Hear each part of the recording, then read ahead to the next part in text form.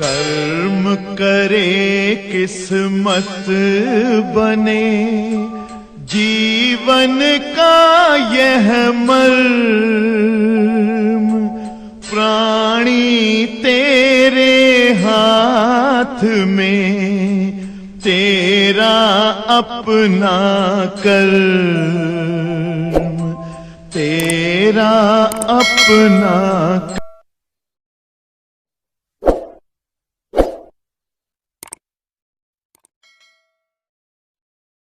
प्यारे बच्चों, चैप्टर का नाम है आपके सम्मुख लिखा हुआ, गौर से देखिएगा, परमाणु संरचना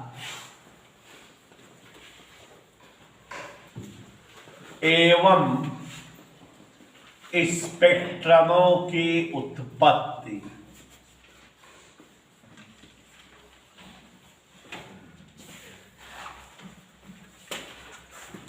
ये चैप्टर का नाम लिखा हुआ है परमाणु संरचना एवं स्पेक्ट्रमों की उत्पत्ति। और आप समझ रहे हो कि ये चैप्टर हमने आपको पढ़ाया अभी ताजा जो है कल तक खत्म हुआ है, लेकिन आपने इस चैप्टर में सूत्र बहुत यूज किया, बहुत ज़्यादा सूत्र का डेरिवेशन कराया, जैसे बोहर सिद्धांत का सूत्र, फिर उसके बाद हाइड्रोजन परमाणु की त्रिज्या, वेग, गतिज ऊर्जा, स्थितिज ऊर्जा, संपूर्ण ऊर्जा और विभिन्न प्रकार के स्पेक्ट्रमी रेखाओं की तरंग दैर्घ्य, आयनन ऊर्जा, बहुत सारे सूत्र डिराइव किया। कुल मिला के जो है 11 सूत्र डेरिवेशन हुआ था, छोटा बड़ा मिला के। तो आपको ये समझ में आ रहा होगा कि फिर इसका मतलब इस चैप्टर में न्यूमेरिकल ज़्यादा होंगे। लेकिन बच्चों, न्यूमेरिकल ज़्यादा होंगे, सूत्र ज़्यादा हैं, सोचने से पहले ये जान लो कि ये केमिस्ट्री का चैप्टर है। और केमिस्ट्री फिजिक्स थोड़ी है कि जिसमें आकलन होता है, उसमें तो थ्योरी होती है, तथ्य होते हैं, तथ्यों की परिभाषाएं होती हैं। तो ये चैप्टर बेटा न्यूमेरिकली छोटा है, क्योंकि केमिस्ट्री का चैप्टर है। एक ही 2 सूत्रों पर सवालें हैं, हर सूत्र पर सवाल नहीं है। लेकिन इस अभ्यास की सवालें अगर एग्जाम में पूछी जाती हैं तो 1 नंबर के क्वेश्चन बहुत बनते हैं, इसमें 2 नंबर के क्वेश्चन बनते हैं, या बस 1 नंबर या 2 नंबर के ही प्रश्न पूछे जाते हैं। बट हमें तो तैयार रहना चाहिए। तो आज हम पहले आपको इस चैप्टर में पूछे जाने वाले सारे सूत्र एक्सप्लेन करने जा रहा हूं। सूत्रों का डिस्क्रिप्शन, सूत्र समझ जाओगे तो सवाल यूज होंगी। और जो है सबसे पहले वो सूत्र बता रहा हूं जो ज़्यादातर पूछे जाते हैं, ठीक है? नहीं ना, ध्यान देना बच्चों, ऊपर भी डाल देना। सबसे पहले इस अभ्यास में एक सूत्र आपने पढ़ा है बोहर सिद्धांत से कि इलेक्ट्रॉन उन्हीं कक्षाओं में चक्कर करते हैं जिनके लिए उनका कोणीय संवेग कक्षा संख्या के h/2 पाई गुना होता है।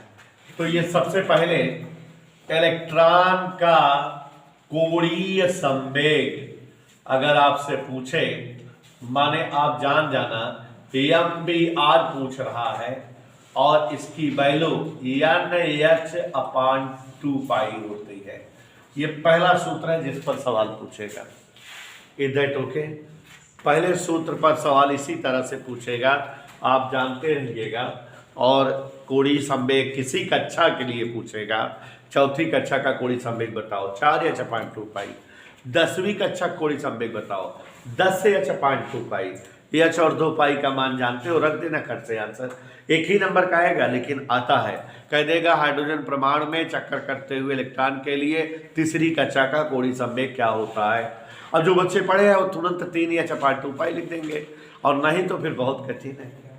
तो एक सवाल इस पर जरूर पूछी जाती है, प्रायः पूछी गई है, 2013, 11, 17, 19 कई सालों में आई थी, हमने इसलिए सूत्र को क्लियर कर दिया। फिर दूसरा जो सूत्र है बोहर त्रिज्या का, बोहर त्रिज्या का सूत्र हम आपको हाइड्रोजन परमाणु के लिए हालांकि सवाल में पूछता है, लेकिन आप किसी भी परमाणु के लिए बोहर त्रिज्या का सूत्र जानते रहिए। हाइड्रोजन परमाणु के नहीं बल्कि किसी भी परमाणु के लिए बोहर त्रिज्या का सूत्र डेरिवेशन कराए थे, अगर याद हो तो R बराबर n square h square epsilon naught pi Z m e square. याद आ गया होगा, डेरिवेशन कराए थे। H square epsilon naught pi m Z e square. ये जो है किसी भी परमाणु की बोहर त्रिज्या का सूत्र था।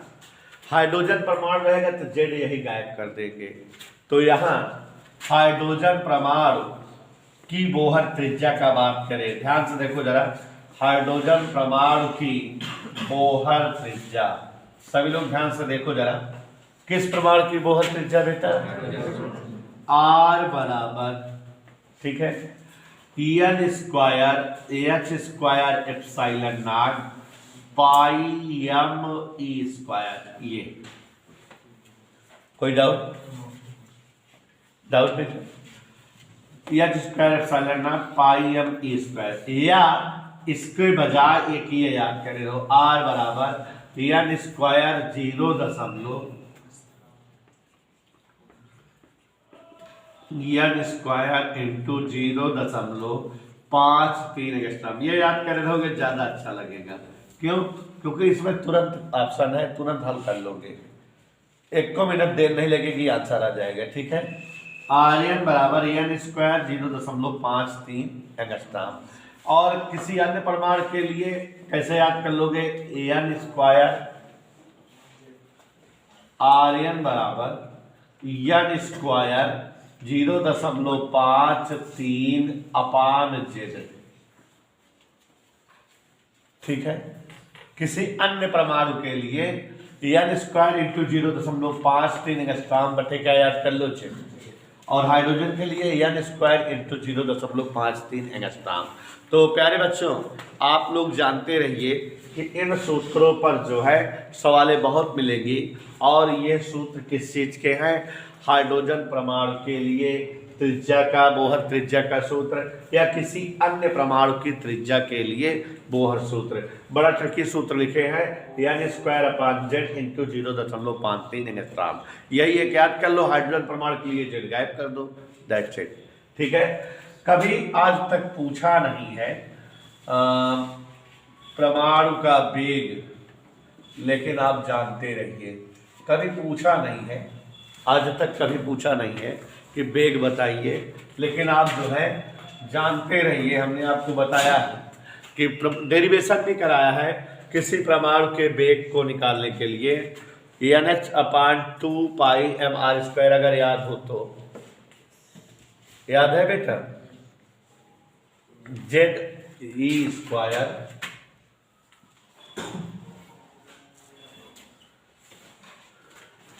सूत्र डिराइव कराए थे, Z e square upon 2h epsilon not. लेकिन इस सूत्र के बजाय हम लोग क्या रखेंगे? 1/n इंटू जेड इंटू 2.19 गुणे 10⁶। ये किसका सूत्र है बेटा? किसी भी परमाणु के वेग को निकालने का सूत्र है, और असुविधा नहीं क्रिएट होनी चाहिए आपको। इधर क्लियर? किसी भी परमाणु के कक्षाओं में चक्कर करते हुए इलेक्ट्रॉन के वेग को ज्ञात करने का यही सूत्र याद किए रहो, क्योंकि ये याद करोगे तो इसमें सबका मान रख करके कैलकुलेशन करना रहेगा। ये याद करे रहोगे तुरंत निकाल लोगे। और यहाँ अपने आप समझ रहे हो कि अगर हम किसी परमाणु विशेष का नाम ले लें तो आप परमाणु क्रमांक ही लिख देना है बस, और कुछ नहीं।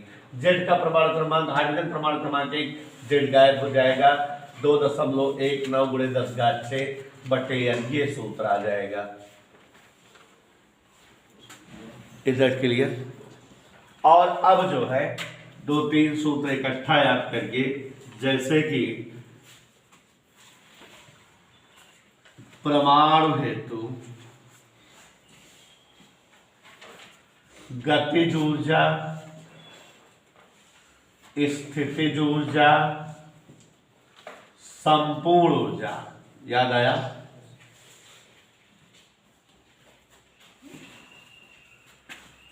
तो क्या होता है? Minus RCH upon n square, यही होता है। लेकिन ये किसके लिए है ऊर्जा का सूत्र? हाइड्रोजन परमाणु के लिए। जेड स्क्वायर से गुणा कर दो तो ये दुनिया के सभी परमाणुओं के लिए हो जाएगा। इधर क्लियर? किसके लिए संपूर्ण ऊर्जा का सूत्र है बेटा? किसके लिए? सभी परमाणुओं के लिए। जेड गायब कर दो तो किसके लिए आ जाएगा? गतिज ऊर्जा। आपको जब डेरिवेशन कराए थे तो याद करो कि गतिज ऊर्जा संपूर्ण ऊर्जा का माइनस थी। गतिज ऊर्जा और संपूर्ण ऊर्जा का मान बराबर था, लेकिन दोनों में किस चीज का फर्क था? माइनस का।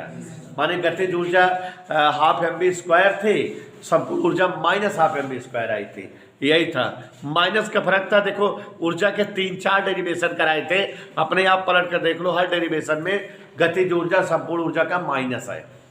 गतिज ऊर्जा क्या है? संपूर्ण ऊर्जा का। तो यहाँ इसका माइनस करेंगे, गतिज ऊर्जा क्या आ जाएगी? RCH upon n square into Z square. ये कौन ऊर्जा हो गई बेटा? गतिज ऊर्जा हो गई।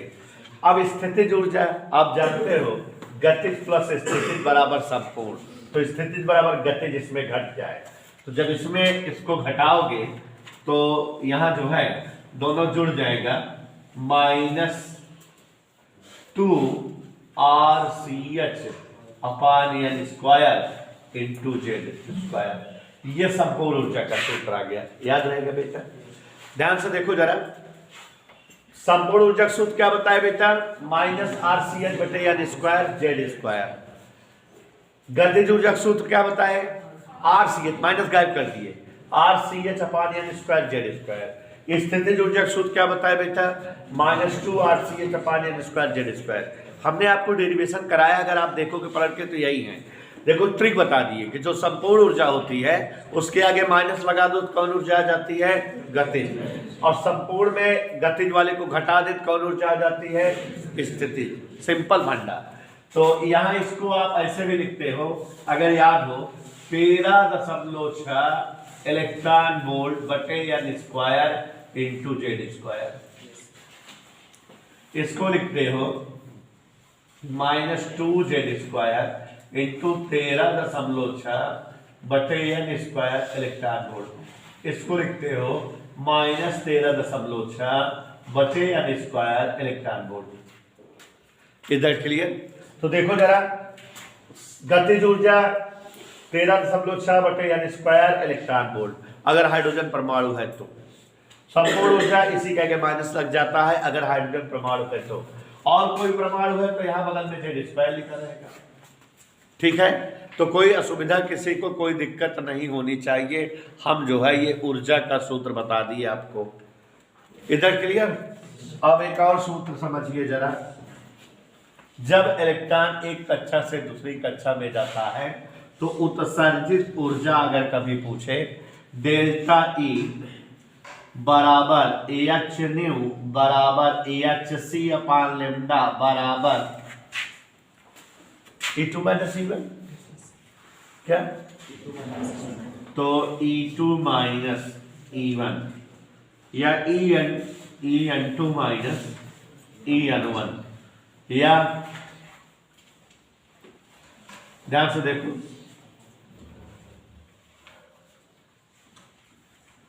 इसको हम लिख सकते हैं -13.6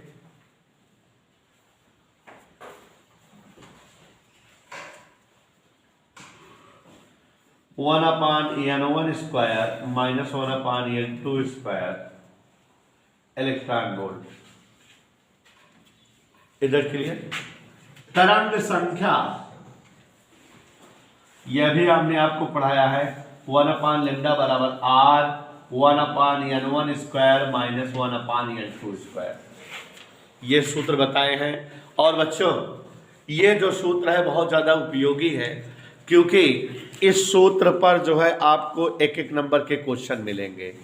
कभी नाम लेकर के कह देगा कि बामर श्रेणी के लिए तरंग दैर्घ्य बताओ, तो कभी पाश्चन श्रेणी के लिए तरंग दैर्घ्य बताओ, कभी जो है लाइमर श्रेणी के लिए तरंग दैर्घ्य बताओ। कहेगा कि कोई इलेक्ट्रॉन तीसरी कक्षा से दूसरी कक्षा में जा रहा है, उत्सर्जित ऊर्जा की तरंग दैर्घ्य बताओ। तो ये वाले सूत्र याद कर लीजिएगा। और जो है दूसरी से तीसरी में तो n1 जगह 2, n2 जगह 3 रख देना, सॉल्व कर लेना, आंसर आएगा। तो ये सूत्र पर सवालें मिलेंगी और इस पर एक एक नंबर के क्वेश्चन मिलेंगे। जैसे कह देगा बामर श्रेणी की तीसरी रेखा की तरंग दैर्घ्य बताओ। क्या बेटा? बामर श्रेणी की तीसरी रेखा की तरंग दैर्घ्य। तो हम जान रहे हैं जब हाइड्रोजन परमाणु में इलेक्ट्रॉन विभिन्न कक्षाओं से दूसरी कक्षा में आता है तो बामर श्रेणी बनती है। तो n1 जगह 2 हो गया, पक्का लग गया। अब पहली रेखा जब इलेक्ट्रॉन तीसरी कक्षा से आएगा, दूसरी रेखा जब इलेक्ट्रॉन चौथी कक्षा से आएगा, तीसरी रेखा जब इलेक्ट्रॉन पांचवी कक्षा से आएगा। तो n2 जगह 5 रख देंगे, n1 जगह 2 हल कर लेंगे, बामर श्रेणी के तीसरी रेखा की तरंग दैर्घ्य आ जाएगी। तो बच्चों इतने ही सूत्रों का समावेश है आपके इस चैप्टर में। सूत्र कठिन नहीं है, टेक्निकल है, जितने भी लिख दिए हैं सूत्र याद करिए, जितनी सवालें बोल दिए सवाल लगा लीजिए, चैप्टर जल्दी से समाप्त हो जाए। हम नाभिकीय ऊर्जा और नाभिकीय संरचना पढ़ाएं। केमिस्ट्री में चैप्टर्स में न्यूमेरिकल नहीं रहते ज़्यादा, बस आपके ज्ञानवर्धन के लिए हम हर न्यूमेरिकल लगवा दे रहे हैं, हर सूत्र समझा दे रहे हैं। एक बार और से देखिए जरा, इलेक्ट्रॉन का कोई संवेग याद रखिए, MBR का मान यानी 6.25 होता है। एक एक नंबर का क्वेश्चन मिलेगा बेटा, एक एक नंबर, दो दो नंबर के प्रश्न इस अभ्यास में मिलते हैं। दूसरा है बोहर त्रिज्या जानने का सूत्र, एकदम झकास याद कर रहिए, n स्क्वायर गुणे 0.53, n स्क्वायर गुणे क्या याद कर रहा हूं बेटा, n स्क्वायर गुणे 0.53 हाइड्रोजन परमाणु के लिए। किसी अन्य के लिए अपान जेड याद कर लेना, और परमाणु के वेग के लिए 2.19 गुणे 10⁶ अपान n, और किसी अन्य परमाणु के लिए गुणे जेड। यही तो है, इजी है ना। और अगर ऊर्जा की बात रहेगी तो गतिज ऊर्जा रहेगी 13.6 बटे n स्क्वायर इलेक्ट्रॉन वोल्ट, संपूर्ण ऊर्जा -13.6, स्थितिज ऊर्जा -2 गुणे 13.6। अगर किसी अन्य परमाणु की रहेगी तो जेड स्क्वायर से गुणा कर देना सब में, बस। इधर क्लियर। 60 का ट्रिकी सूत्र बताए हैं। उत्सर्जित ऊर्जा, उत्सर्जन सूत्र हमने लिखा है hν या hc अपान लैम्डा, या इसी को -13.6 1/n1 स्क्वायर -1/n2 स्क्वायर। इस सूत्र के द्वारा इलेक्ट्रॉन संक्रमण या इलेक्ट्रॉन अवशोषण, ऊर्जा अवशोषण के दौरान उत्सर्जित ऊर्जा की तरंग दैर्घ्य, आवृत्ति या ऊर्जा उत्सर्जन निकाल सकते हो। तरंग संख्या का ये सूत्र बहुत इंपॉर्टेंट है। बामर, लाइमैन, पास्चन, ब्रैकेट के किसी भी रेखा की तरंग दैर्घ्य पूछेगा तो इसी सूत्र का प्रयोग करके तरंग दैर्घ्य निकालोगे। हाँ, बहुत इंपॉर्टेंट क्वेश्चन पढ़ने जा रहा हूँ। 2012, 2014, 2017 में आया हुआ प्रश्न, ध्यान दीजिएगा सभी लोग। क्वेश्चन पढ़ रहा हूँ, बोहर कक्षा की प्रथम 3 त्रिज्याओं में अनुपात बताओ। यहाँ सभी लोग ध्यान देंगे हमारे साथ, और आप समझ गए 17 से 1 की ओर इसलिए चल रहे हैं कि जल्दी जल्दी कई सवाल आज हो गई, ये समझाएंगे। तो बोहर कक्षा के जो है 3 कक्षाओं की त्रिज्या में अनुपात बताना है।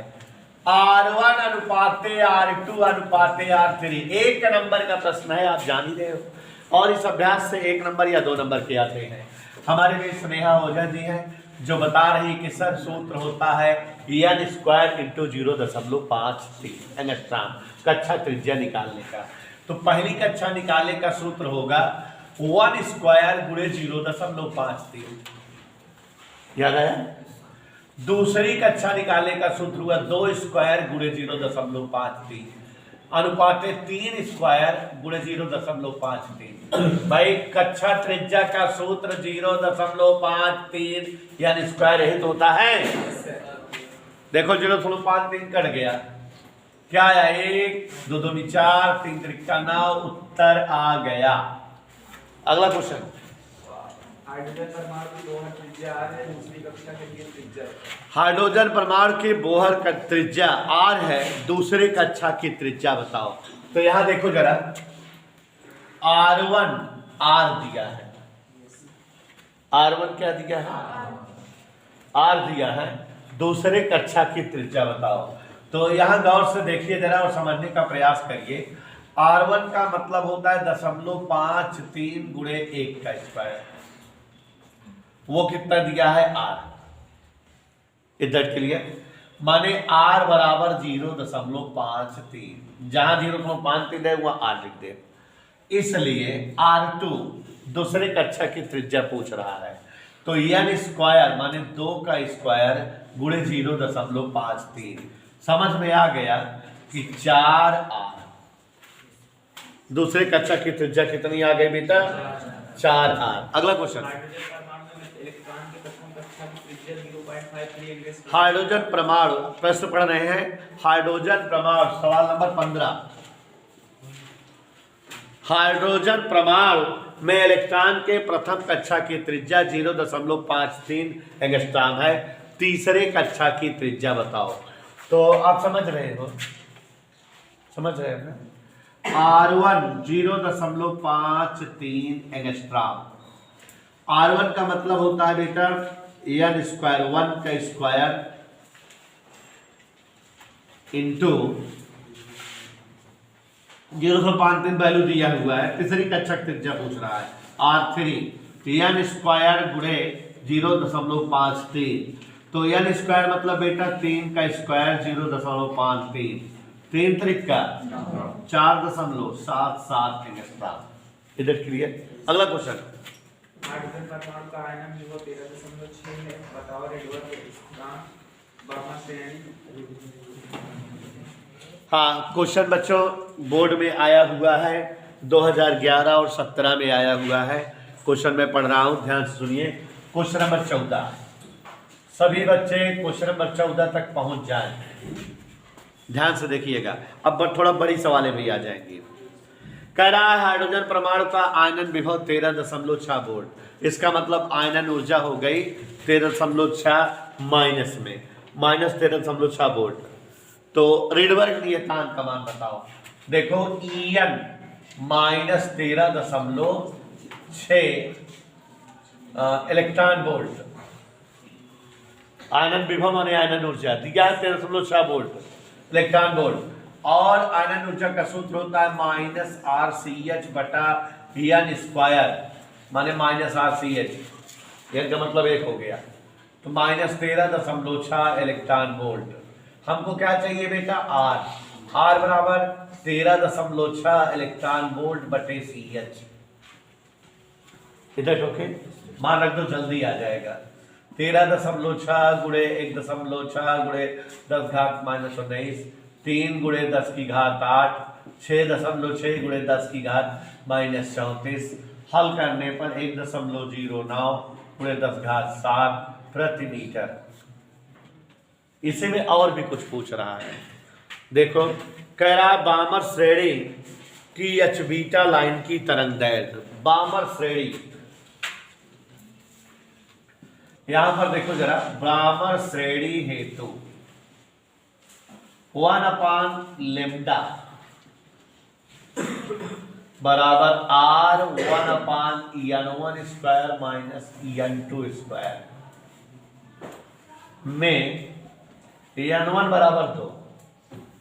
बामर श्रेणी माने जब इलेक्ट्रॉन दूसरे ऊर्जा स्तर में आता है तो n1 होता है कि नहीं हो, तो n1 बराबर 2।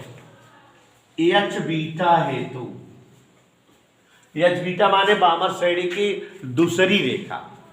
ध्यान सुनना जरा, H alpha, H beta, H gamma, कल हम बताए थे पढ़ाते समय कि बामर श्रेणी की रेखाओं को अल्फा बीटा गामा से भी प्रकट करते हैं। तो हाइड्रोजन के बामर श्रेणी की दूसरी रेखा, तो जब इलेक्ट्रॉन तीसरी कक्षा से दूसरी कक्षा में आएगा तो पहली रेखा मिलेगी, और जब चौथी से दूसरी में आएगा तो दूसरी कक्षा मिलेगी। n1 2 होता है, n2 क्या होता है 3 4 5 ऐसे तो होता है। जब तीसरी से दूसरी में आएगा पहली मिलेगी, और जब चौथे से दूसरी में आएगा तो H बीटा माने दूसरी रेखा, दूसरी रेखा माने lambda for beta equal 1/2 square minus 1/, इधर के लिए 4 3 नहीं, चौथे से आए। अगर तीसरे दूसरी में आएगा पहली रेखा रहेगी H अल्फा, तो 1/λ R इंटू 2 दूनी 4, और यहाँ 4 चौक लघुत्तम हुआ, 16 में 4 गए, 4 से भाग दो 4 बार, 4 से गए 3, अरे भाई 4 हुआ, 4 चौक 16, 4 आ गया, 16 कम 16, 4 में से गए 3 आया। लेमडा बीटा बराबर 16/3 गुणे आर की जगह 82 4 और जो भी आए आप भाग दे दीजिएगा, 4853 एंगस्ट्राम आ जाएगा। कितना आ जाएगा बेटा? 4853 एंगस्ट्राम आ गया। अभी और पूछ रहा है लाइमन श्रेणी की सबसे छोटी तरंगदैर्घ्य, किस श्रेणी की बेटा? लाइमन श्रेणी हेतु क्या सूत्र होता है? 1/λ बराबर R 1/1 का स्क्वायर माइनस 1/2 स्क्वायर। जब जो है दूसरी कक्षा से इलेक्ट्रॉन पहली कक्षा में आता है तो बड़ी तरंगदैर्घ्य मिलती है, और जब यह अनंत से पहली कक्षा में आएगा तो फिर जो है सबसे छोटी तरंगदैर्घ्य मिलेगी। कल ही डेरिवेशन कराए थे, जब अनंत वाला निकालते थे तरंगदैर्घ्य कम आती थी, है ना? तो न्यूनतम तरंगदैर्घ्य पूछ रहा है ना, देखो क्या पूछ रहा है, सबसे छोटी तरंगदैर्घ्य। तो माने इलेक्ट्रॉन कहाँ से है? 1/λ मिनिमम और 1/1 स्क्वायर माइनस 1/अनंत स्क्वायर। तो लेमडा मिनिमम बराबर हल करिए तो 1/r हो जाता है। 912 आया था क्या? 912 आया था ना, याद करो ना, ऐसे ही आया था। 1/1.09 गुणे 10⁻7 912 एंगस्ट्रॉम, ऐसे लगभग आया था। तो ये हमारा जो है पता लग गया, लगा लीजिए।